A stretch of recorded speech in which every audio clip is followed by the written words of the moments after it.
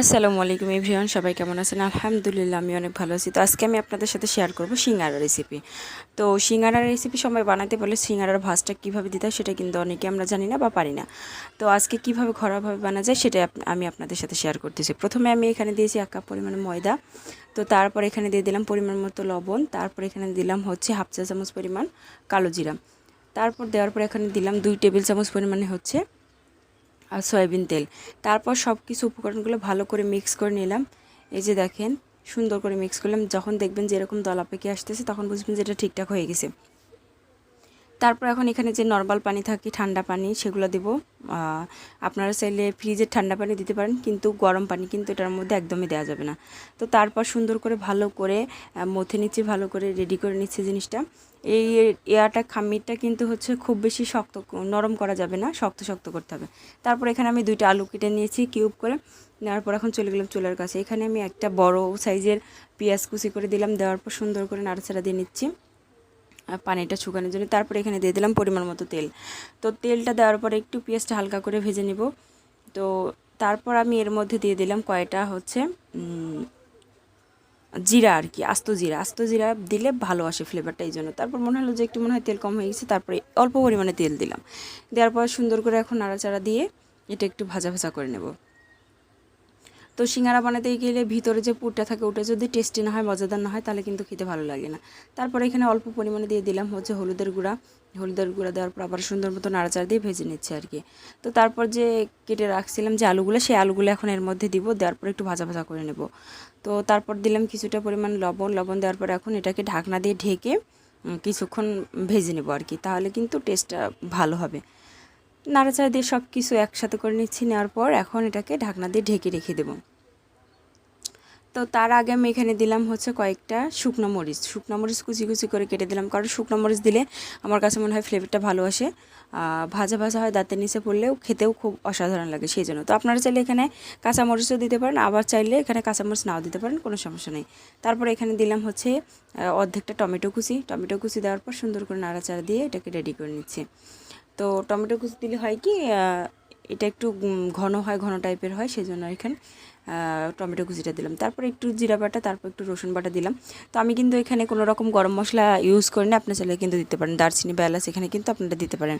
তো আমি দিই না, আমার ওই ফ্লেভারটা ভালো লাগে না, সেই জন্য আমি স্কিপ করছি আর কি।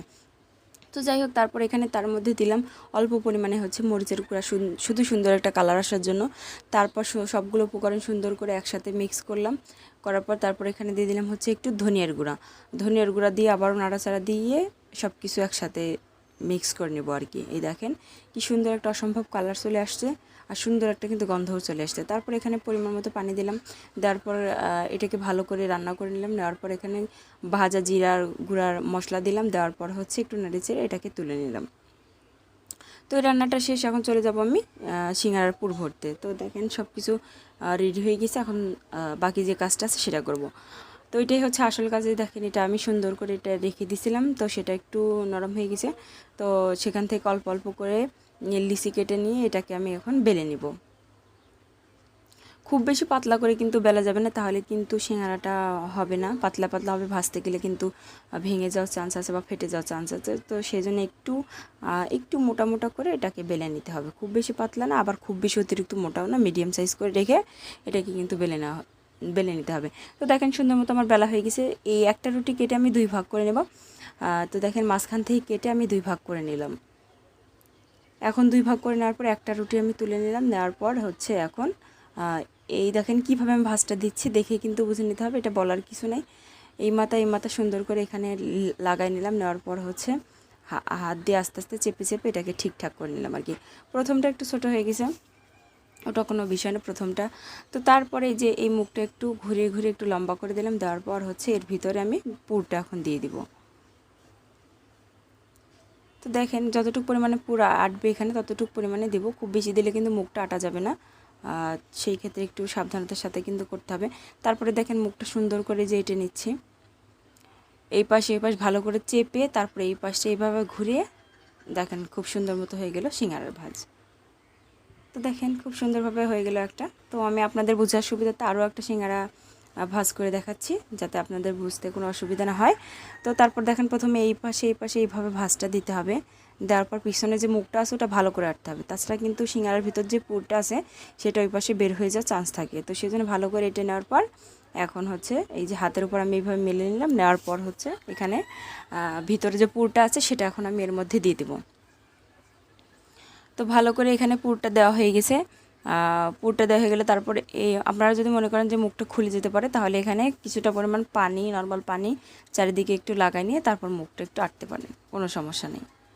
তো তারপর দেখেন পানি চারিদিকে মেখে নেওয়া হয়ে গেছে। তারপর আমি এখন সুন্দরভাবে চেপে চেপে এই মুখটা এখন এঁটে নেব।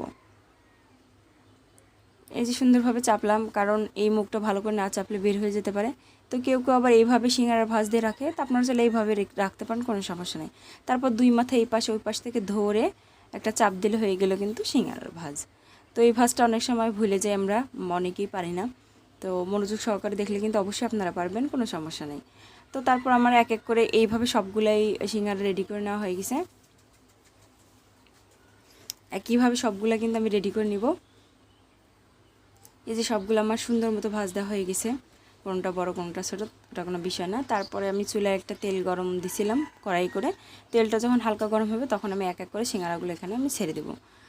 তো দেখেন সিঙ্গারাগুলো আমি এক এক করে এখানে ছেড়ে দিলাম। দেওয়ার পর এখন সুন্দর করে হালকা আছে, কিন্তু এটা আমি ভেজে নেব, খুব জোরে জোরে ভাজবো না, হালকা আছে আমি সুন্দর করে এটা ভেজে নিচ্ছি। দেখেন তো এক এক করে দেওয়াতে সুন্দর মতো তেলগুলো কিন্তু ছিটে ছিটে আসতেছে। আবার খুব বেশি কড়াও কিন্তু তেলগুলো গরম হয়নি, আবার খুব বেশি কিন্তু কমও হয়নি। এইভাবে আমি এক এক পাশ উল্টে পাল্টে ভালো করে ভেজে নেব একটু সময় ধরে। এই দেখেন সিঙ্গারাগুলো আমি সুন্দর করে ভেজে নিচ্ছি। তো এইভাবে আমি কিন্তু সব জিনিসে চেষ্টা করি বাসায় সব জিনিস তৈরি করে খাওয়ার জন্য। হয় কি নিজেদের হাতে তৈরি করলে খুব সুন্দরভাবে পরিষ্কার পরিচ্ছন্নভাবে প্রতিটা জিনিসে কিন্তু তৈরি করে খাওয়া যায়। আর বিকালবেলা কিন্তু সবাই কিনে বসে এরকম একটা রেসিপি তৈরি করে খেতে খেতে আড্ডাও দিতে পারেন। তো ভিডিওটা ভালো লাগলে অবশ্যই লাইক করবেন, কমেন্ট করে জানাবেন যে কেমন হলো আজকের আমার রেসিপি। যারা আমার এখন ইউটিউব চ্যানেলটা সাবস্ক্রাইব করেন নাই তারা অবশ্যই আমার ইউটিউব চ্যানেলটা সাবস্ক্রাইব করে দেবেন, আর আমার সবগুলো ভিডিও দেখবেন, আমার সবসময় পাশে থাকবেন। আল্লাহ হাফেজ।